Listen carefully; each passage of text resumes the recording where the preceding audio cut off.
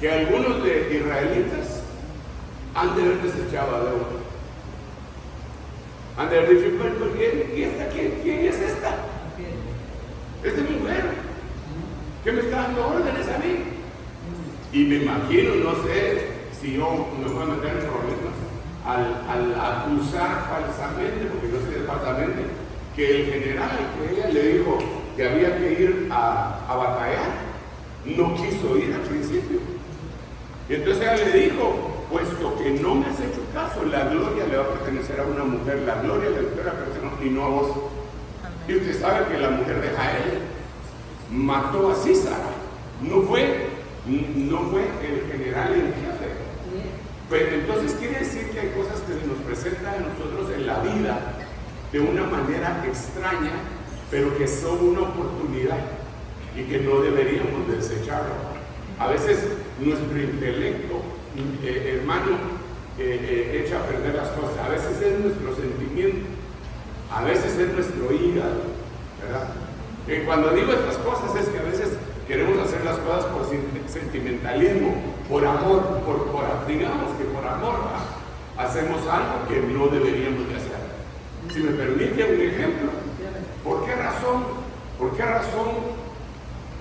Jonatán? Voy a hacer una pregunta. ¿Jonatán sabía que David era el ungido, sí o no? Sí. Entonces, ¿por qué no se fue con David? ¿Por qué se quedó con su papá? ¿Por qué? Sentimentalismo, corazón. Otros lo hacen por intelecto. No puede ser. No puede ser. 1 más 1 más 1 son 3. No puede ser que 1 más 1 más 1 sea 1. Porque es uno en la Biblia, el Padre, el Hijo y el Espíritu Santo, uno solo es en la Biblia, Jehová, es uno solo. Y a veces es con el hígado. Con el hígado es que se enojó. Entonces toma decisiones con el hígado, ¿verdad?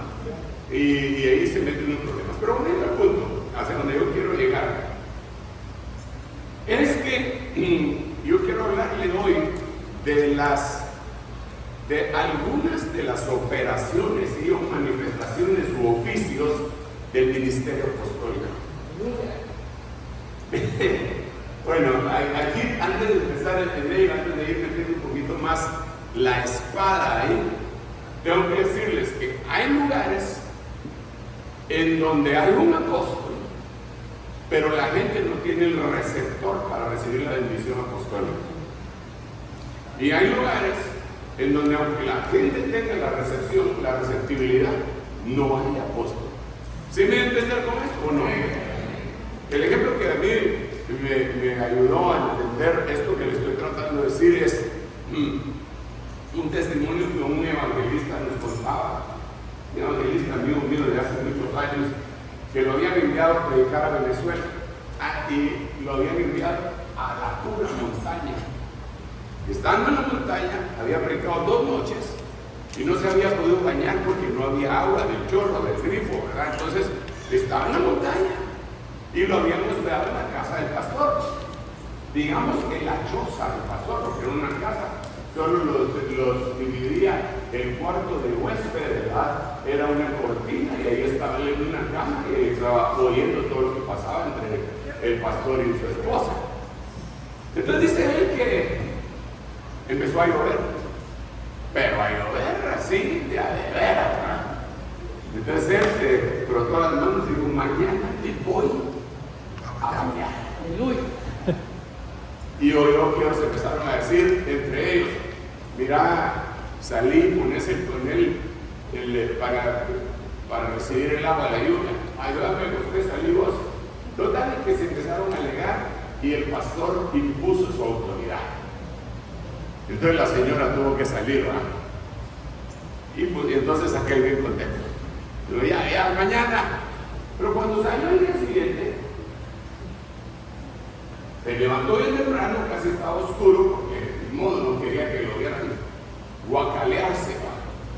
Y agarró la palangana y con ganas la metió hacia lo profundo del tonel y se topó con el fondo del tonel porque la hermanita, como lo había hecho de mala gana, había puesto el tonel boca abajo. Llovió toda la noche y no agarró ni una gota de agua. Así que mi amigo evangelista siguió sin bañarse. Creo que hasta la fecha no se ha bañado todavía. Pero eso ya será otra cosa. Pero miren, pues, entonces, eso a mí me enseñó algo. Que puede ser que Dios derrame de su lluvia. Y si nosotros no estamos preparados, con un receptor en nuestro corazón, con los brazos abiertos, vamos a quedar vacíos igual. Le pongo otro ejemplo bíblico. ¿Cuánta gente se perdió la visitación más grande que ha tenido esta tierra? Amén. Jesucristo. Amén. Dios hecho carne. Amén. Y no lo recibieron. Y pasó enfrente de ellos. Y lo que decidieron fue crucificarlo. Escogieron a Barrabás. Entonces, la cuestión es que Dios sí manifiesta sus cosas y a veces las pone en oculto, porque el que es necesitado siempre está viendo de dónde desgrana y obtiene las cosas. Otro ejemplo. ¿Qué se iba a imaginar Faraón?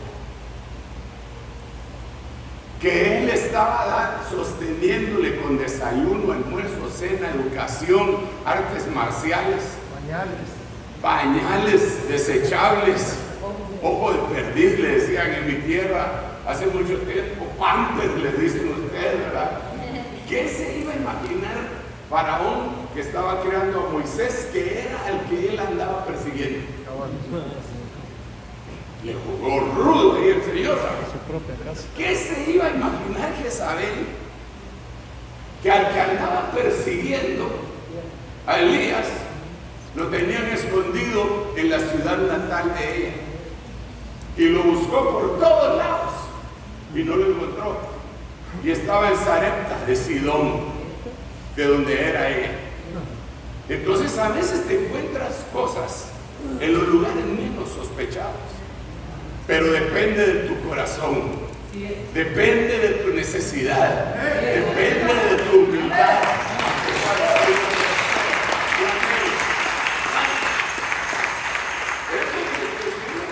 No lo podemos dogmatizar. Pero yo le contaba a unos hermanos que a mí el Señor a veces me habla en sueños. Me da respuestas. No sé si a ustedes también. No es que yo ande soñando todo el tiempo, pero a veces el Señor me ha hablado de sueños impresionantes. Algunos hasta me los guardo porque es cardíaco soñar y contar el sueño. Si no, pregúntele a José el soñador. Pero también a veces me ha hablado, aunque usted no lo cree, viendo televisión, viendo una película. Y yo, mientras la sueño, eso no es una invitación para que, ay, voy a ir a hacer mi devocional. Eso es lo que estoy diciendo. Pero yo le contaba a los hermanos recientemente en una visita que tuvimos en Quetzaltenango, creo. No, ya ni me acuerdo dónde la conté. Pero le contaba que cuando inició el ministerio apostólico en mi vida, yo sufrí un montón. Sufrí por sentimental. Si hubiera sido de otra manera, no hubiera sufrido nada, me hubiera dado risa. Pero yo tenía amigos a los que quería. Y aquellos, pues al menos me querían muchito, que Dios los bendiga, porque si ellos no se hubieran portado así, todavía estaría metido en la guerra. Entonces, estaba yo devastado y estaba haciendo una visita en Nueva York y estaba mal, anímicamente me sentía mal. Entonces el hermano que me invitó me vio así, me dijo: hermano, vamos a ver una película, como para tener que estar pensando en eso.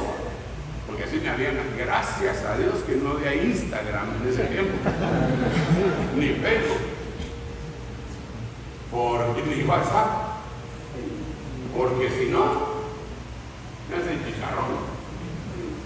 Y así me hicieron chicharrón. Entonces yo, sí hombre, me dijo, le va a gustar. La están estrenando. Se llama El Príncipe de Persia. Dije, El Príncipe de Persia parece en Daniel. Yo no sé si él me dijo bien el título, pero así me dijo. Es caricatura, me dijo. Ya dije, la voy a ver, ¿verdad? Seguro. Habla de Moisés, me dijo, pero que tiene que ver Persia con Moisés. Me dijo, pero ¿qué me importa? Pues ya me convenciste, vamos pues. Fuimos al cine. El lugar menos indicado para que le hable el Señor a uno. ¿O no? Sí. El lugar más indicado es que venga a la iglesia, el pastor le predica un mensaje y el Señor le habló. Entonces yo ahora estoy ahí y mientras empiezo a ver la película yo empiezo otra vez a agarrarme la tristeza. Había perdido a mis amigos, el lugar en donde por primera vez había profetizado, hablado en lengua, me habían bautizado, etcétera. Me había rechazado, yo empecé. Y entonces le empecé a hacer una pregunta al Señor. En ese momento le empecé a decir, Señor, ¿no será que me equivoqué? ¿No será que no debería haber hecho eso? ¿No lo debería haber permitido? Y en ese ratito me volvió a la realidad una voz que salió de la zarza. Pero no le estaba hablando, la zarza le estaba hablando a Moisés. Pero yo sentí que era a mí. Porque la voz salió así. ¡Basta ya! Y el pelo se le hizo a Moisés así para atrás, y a mí también. Y me dijo, no te he llamado yo. Me hizo, ahí me habló, puedo decir que me habló en el cine, para que no le voy a seguir contando, porque si no usted aquí va a salir, me voy a Disneylandia, ahí me va a hablar el Señor. Entonces, lo que le estoy tratando de decir es que a veces encontramos cosas buenas en lugares insospechados, dependiendo del corazón de cada quien. Y a veces las cosas buenas están en el lugar adecuado, pero también dependiendo del corazón nos lo recibimos. Por eso le puse el ejemplo del poner boca abajo. Entonces, por lo tanto, quisiera platicarle, la temática que quiero hablarle es bien cardíaca. Para mí, pues, yo le puse a este tema, no sé si se va a ver ahí, me imagino que sí, funciones apostólicas. Eso no tiene nada de extraño, pero cálmese, a ver que tiene algunas cuestiones que son extrañas, pero que el apóstol Pablo las deja ver y que mucha gente no las entiende, porque mire, si usted comprende una función, va a poder discernir el ministerio. Entonces, digamos, una de las funciones apostólicas, que no es ahí donde me voy a quedar, pero quiero mencionarla, es esta: hijos míos, por quienes de nuevo sufro dolores de parto hasta que Cristo sea formado en nosotros. Nosotros a veces hemos leído tantas veces ese versículo que nos parece lo más normal, pero ¿quién sufre dolores de parto? Madre. La mujer. ¿Cuántas hermanas han tenido dolores de parto aquí alguna vez? Déjenme ver su mano, no se preocupe, no le va a volver a venir el dolor. Pero ustedes saben cómo es eso. Nosotros no. ¿O sí? No. Los hermanos, yo no sé cómo les fue a ustedes, pero yo, mi primer hijo, que mi mujer gritaba, ¡ay! Yo no sabía qué hacer. ¿Sabe qué hice? Agarré un cuaderno, un reloj, un lapicero, y cada vez que ella gritaba, ¡ay!, apuntaba la hora. Primer dolor, pues ya. Yo creo que ya me quería tirar el cuaderno en la cara, ¿verdad? Pero yo lo que quería era llegar al médico y decirle: ha sufrido tantos dolores, uno cada tiempo, en el espacio de tiempo, y se ha venido reduciendo. Yo no sabía nada de eso, ni sé todavía. Pero ahora viene Pablo, y hay versiones acá que dicen: por segunda vez vuelvo a sufrir dolores de parto. Por eso, un hombre, entonces lo que yo veo es funciones maternales realizadas por un ministerio apostólico. Claro que aplicado espiritualmente, ahí lo que quiere decir es: engendré, concebí hijos, los di a luz, y ahora he sufrido porque se distorsionó su imagen y su semejanza. Y entonces tengo que hacer un esfuerzo que es como tener dolores de parto dentro de la iglesia para poder volverle a formar la imagen de Cristo a estos hijos que engendré. Y eso no lo entiende cualquiera, eso no lo entiende un ministro que anda detrás de otra cosa, no lo entiende. Cuando usted como oveja se pone retrechero, ¿sabe qué es retrechero? Una palabra hebrea que significa rebelde. Cuando se pone a batallar, a golpear a otras ovejas, y uno dice: pero si este es un hijo de esta casa,